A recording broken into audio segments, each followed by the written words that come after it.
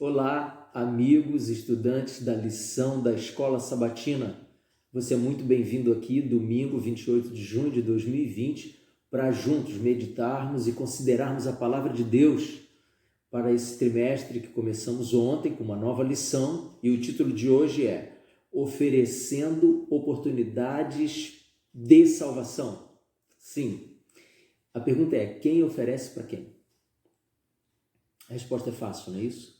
Deus oferece oportunidade de salvação para todos os pecadores, sem exceção. Nós vamos ler dois textos bíblicos hoje que nos dizem a respeito do ministério divino de salvar a humanidade. E o primeiro está em Lucas 19, capítulo 10, verso 10, e o segundo está em Tiago 5, 19 e 20.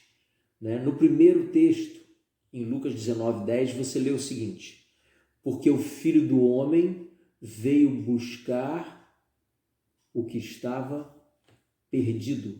Palavras que Jesus Cristo mesmo pronunciou para os seus contemporâneos em relação ao seu ministério, o propósito da vinda, do aparecimento dele na humanidade.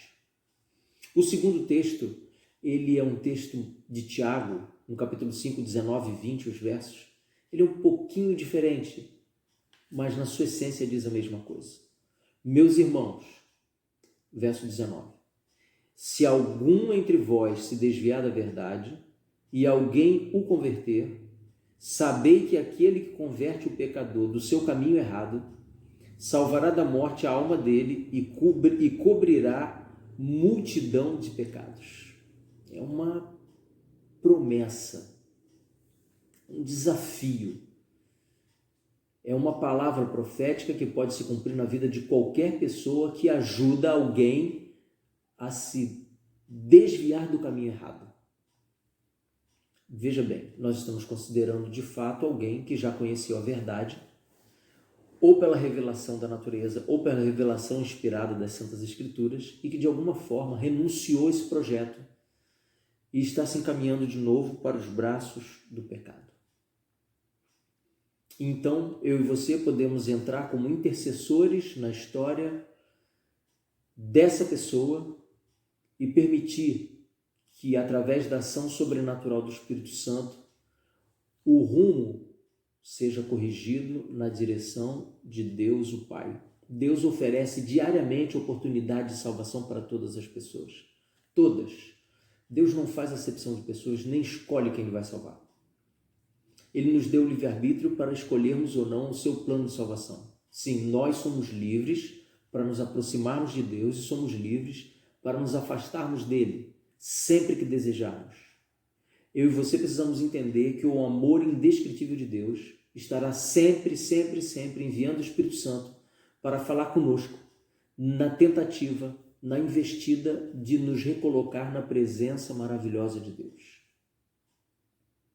Nós não estamos falando de nada menos do que o grande conflito entre Cristo e Satanás, onde Jesus luta para ter a todos e Satanás também. Sendo que o projeto de Satanás é um projeto falido, porque em nada se apresenta como próximo do projeto de Deus, que dá a vida eterna, que garante a felicidade, que mostra o caminho de uma vida sem sofrimentos. A lição da Escola Sabatina nos diz o seguinte: embora Deus se revele mediante as impressões de seu Espírito, as glórias da natureza e os atos da providência, a revelação mais clara do seu amor se encontra na vida e ministério de Jesus Cristo.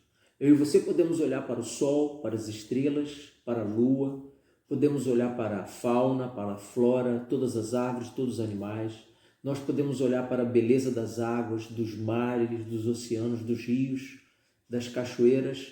Nós podemos olhar para os encantos e cantos dos pássaros e ver ali o resultado da obra amorosa de Deus. Nós podemos olhar para outros seres humanos e reconhecer que fomos criados à imagem e semelhança de Deus. Todas essas testemunhas estão nos mostrando Deus diariamente. E isso é uma oportunidade de salvação, de reconhecê-lo como Criador e mantenedor da vida. E, obviamente, nós temos a palavra inspirada que é o segundo canal ou um dos dois canais que nos apresentam a Deus. O comentarista da lição de hoje nos afirma que toda a natureza se resume no ministério de Jesus Cristo. Quem teve a oportunidade de conviver com Jesus, teve a oportunidade de ver o caráter de Deus refletido em um homem. Eu e você, da modernidade, dos anos 2000 para cá, por exemplo, nós não vivemos como Jesus, é verdade, não vivemos com Jesus. Isso já aconteceu há muito tempo. Mas podemos perceber o caráter de Deus nas palavras, nas atitudes, nas intervenções de Jesus enquanto ele esteve aqui na Terra. E através do ministério de Jesus compreendermos quem é Deus e qual é a sua proposta de vida, a sua proposta de salvação. De acordo com Tiago, aquele que converte o pecador do seu caminho errado salvará da morte a alma dele e cobrirá a multidão de pecados.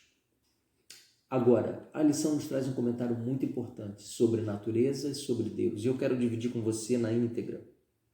Aqui diz da seguinte forma: o livro de Romanos amplia o pensamento. Esse pensamento de trazer uma pessoa do caminho errado para o caminho correto. Como?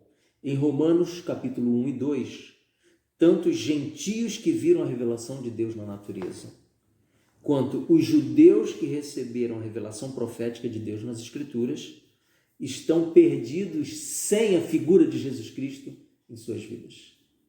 Você consegue entender isso aqui? Você é um cristão hoje e você conhece a Jesus pela Bíblia. Você também é levado pela Bíblia a ver Jesus, a ver Deus, a ver o Espírito Santo na natureza.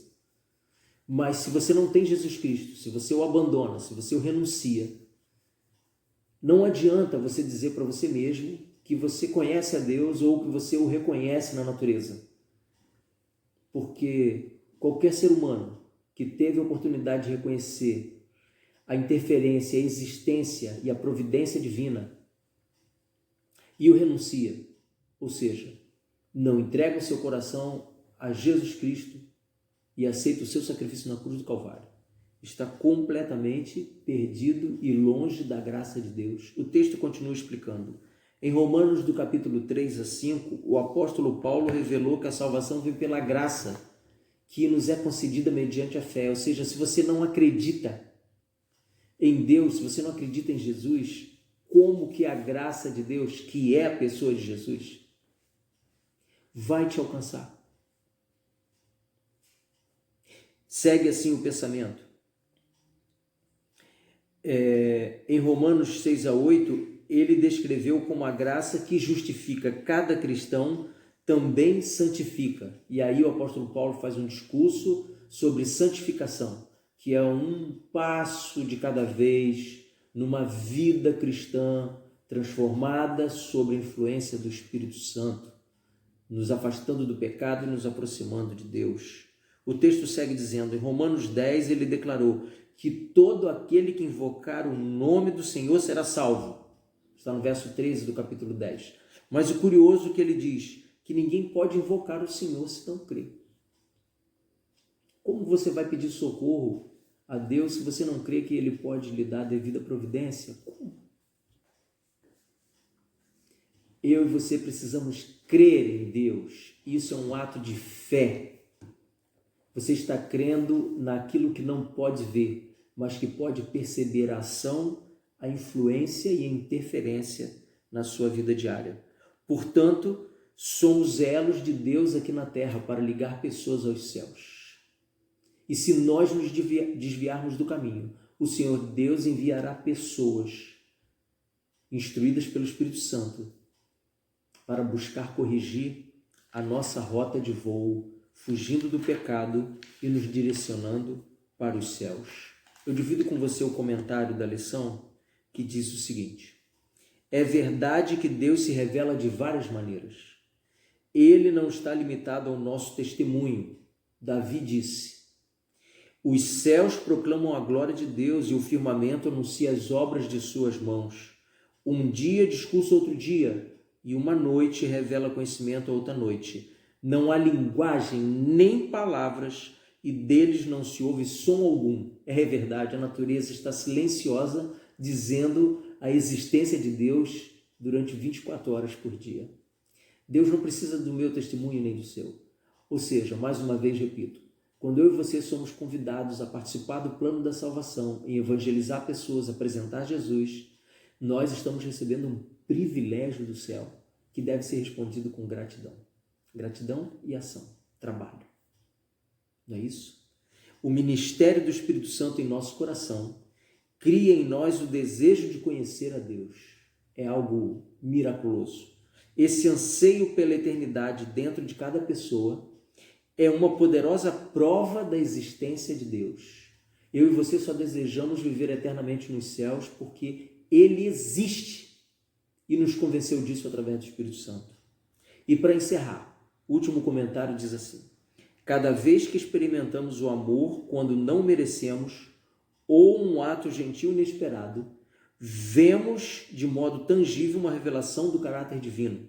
Deus está constantemente nos atrair para Ele de diversas formas. E é mesmo assim que eu e você vamos caminhando na estrada que conduz para as mansões celestiais. Eu e você temos o privilégio de testemunhar. E mais uma vez, precisamos repetir para fixar.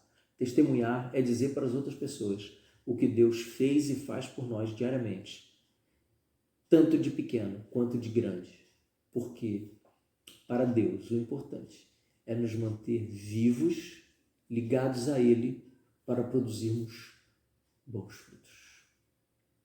Vou ficando por aqui hoje, na expectativa de te ver amanhã para uma nova meditação e crescimento espiritual dentro da palavra profética. Deus te abençoe. Fica na paz de Jesus. Amém.